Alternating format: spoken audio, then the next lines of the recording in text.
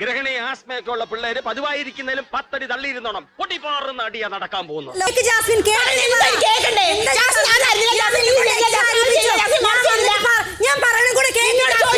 ഉമ്മച്ച cake കേക്കാ. ഓ തല്ലാൻ വരുന്നവന് ഇനി കേക്കും കൊണ്ടുവരാ.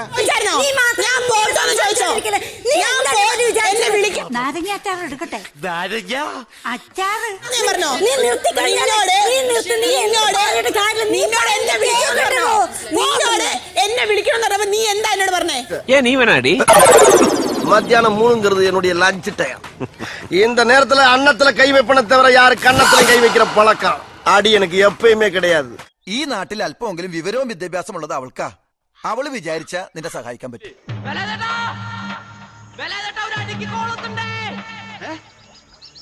ഒരടിക്ക് കോളുണ്ടെന്നല്ലേ കേളപ്പെട്ട അശരീരി കേട്ടോ. ഞാനിതേ പറഞ്ഞിട്ടുള്ളൂ. ഇതേ ഞാൻ ഇവിടെ പറഞ്ഞിട്ടുള്ളൂ. തികച്ചും യാദർച്ഛികമായിട്ടാണ് പരിചയപ്പെട്ടതെങ്കിലും എനിക്ക് നിങ്ങളെ ഇഷ്ടമായി. നമുക്ക് വീണ്ടും കാണണം. എന്റെ മനസ്സിൽ ചില കണക്കുകൂട്ടലൊക്കെ ഉണ്ട് കേട്ടാ. ഓക്കെ, ഇനി നടക്കപ്പോറത് യുദ്ധം. ഈ രീതിയിലുള്ള സംസാരിക്കാൻ എനിക്ക് നിന്നോട് സംസാരിക്കാൻ വേണ്ട. നിന്റെയൊക്കെ അഭ്യാസം ഈ തമിഴ്നാട്ടിലല്ലടാ നടക്കൂ. ധൈര്യം ഉണ്ടെങ്കിൽ ഇന്ത്യയിലേക്ക് വാടാ. അപ്പ കാണിച്ച ഉമ്മച്ചൻ ആരാണെന്ന് അടിയടാ.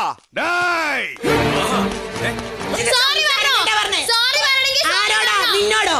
നീ പോച്ചേ, എനിക്ക് ഒന്നാമത് വയ്യ പോച്ചേ. അതേ പാട്ടു പാടാനറിയാതെ ആട്ടമാടാനറിയാതെ അറിയാതെ പൊട്ടനായിരുന്നു ഞാൻ.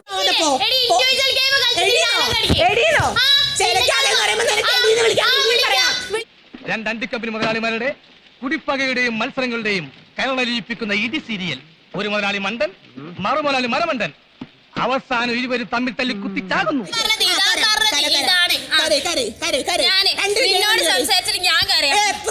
അടുത്ത ആഴ്ച ഞാൻ പോകും. അതിനു മുമ്പ് നിന്നെ കണ്ട് യാത്ര പറയാൻ പറ്റില്ല. അതുകൊണ്ടാ നിന്നെ ഇപ്പൊ കണ്ട് യാത്ര ചോദിക്കാന്ന് വെച്ചത്.